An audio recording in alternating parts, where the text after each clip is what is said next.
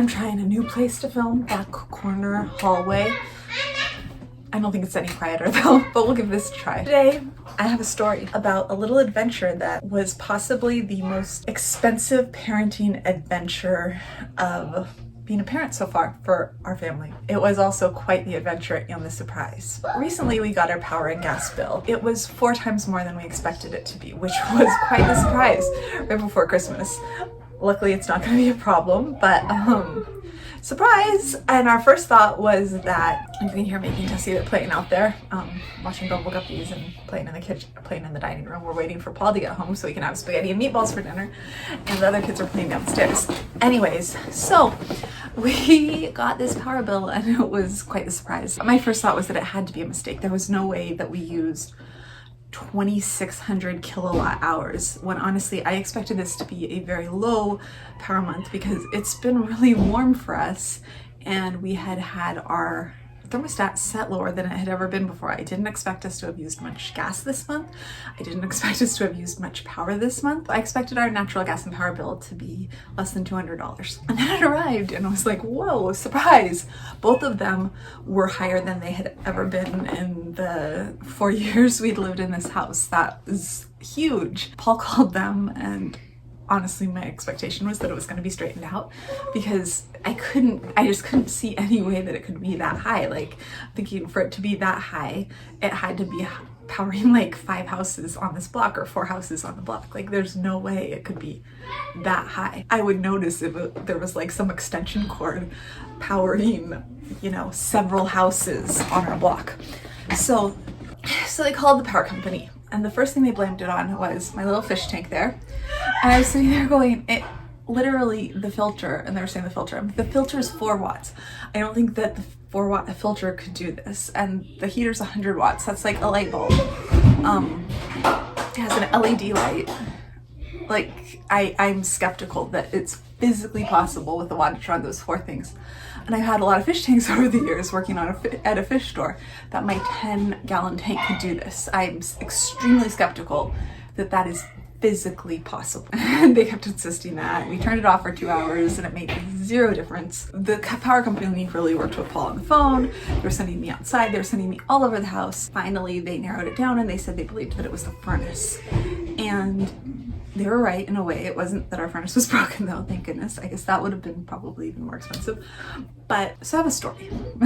The other part of the story, I mean, I've already said I have a story, but there's this other part of the story, and that's that Tessie gets very hyper-focused on things. Well, I mean, we all do, but Tessie, in this way that all of our kids have when they were young, gets very focused on things, I think more intensely even than our other kids have, except maybe Maggie when Maggie was small, and possibly even more than Maggie. If you were here last year around this time, you might remember it was on shattering glass light bulbs, glass ornaments, and it was only a very specific type of glass, like very thin glass.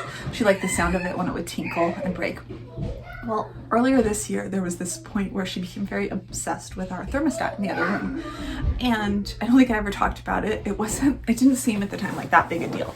It would be any time that like I was making lunch or dinner, she would go over there. And even when I was in the room, she'd do it. She'd do it all the time. She just thought it was really funny to go over and she realized that she could pull the thermostat off the wall. If you grabbed it on both sides, it would just unhook straight out. And that if she threw it, the batteries would bounce out. I was standing next to her once when she pulled it off the wall and she just like threw it straight down and the batteries bounced, and I was like, okay, that's enough of that. I mean, we didn't ever really make a big deal about it.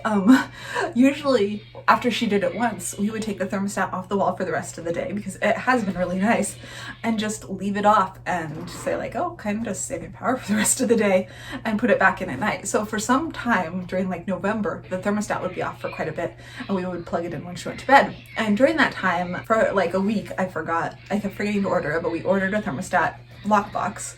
And when it came, I think we forgot about it for like another week, but then she kept doing it.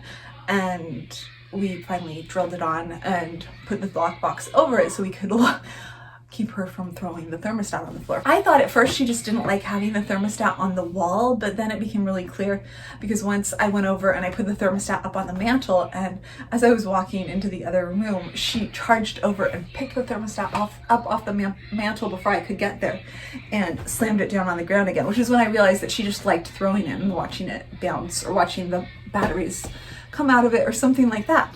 But it always looked like it was fine. Like I'd put the batteries back in and it would come back on and it looked fine. It looked sturdy. It didn't look like anything had happened that was wrong with it.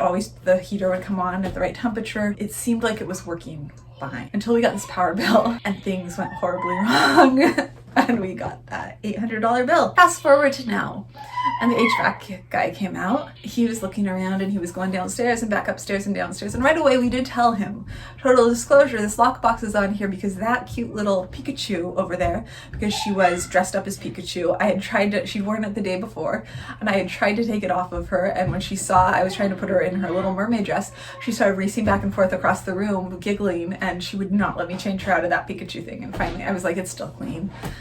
Yeah, go be Pikachu. I'm fine with you being Pikachu. We told him right away, as I said. When he walked into our house, he went out back and he stood there and he said, your air conditioner's on right now. Our air conditioner must be really quiet because I noticed it in summer. I'd been out there yesterday and I did not notice the air conditioner being on. But I think when I was out there and I heard probably the air conditioner, I assumed that it was the heater I was hearing, and I didn't consciously realize that the air conditioner had been running. When the HVAC guy got here, before he even walked in the house, he said, your air conditioner's on right now, which, you know, mid-December, Michigan. Oops. So he started looking around and he decided that a circuit in the controls of the thermostat had shorted out. Oops, Tessie. And this is going to be a story I tell when she's grown up and we all laugh about. I mean, we are already laughing about this now because, oh my gosh, girl. And she, well, not she, but the thermostat had shorted out. And what had happened somehow was that when the heater was running, not just the heater and the air conditioner were running all the time together. So what I had noticed was, and we had told them that this fan was blowing all the time. And I hadn't really noticed. What I thought was happening was, I thought it was just like air circulating through the house, like a fan blowing air through the house, which I'd noticed sometime in the past. But I mean, I did notice in the past that there was times when there wasn't air circulating.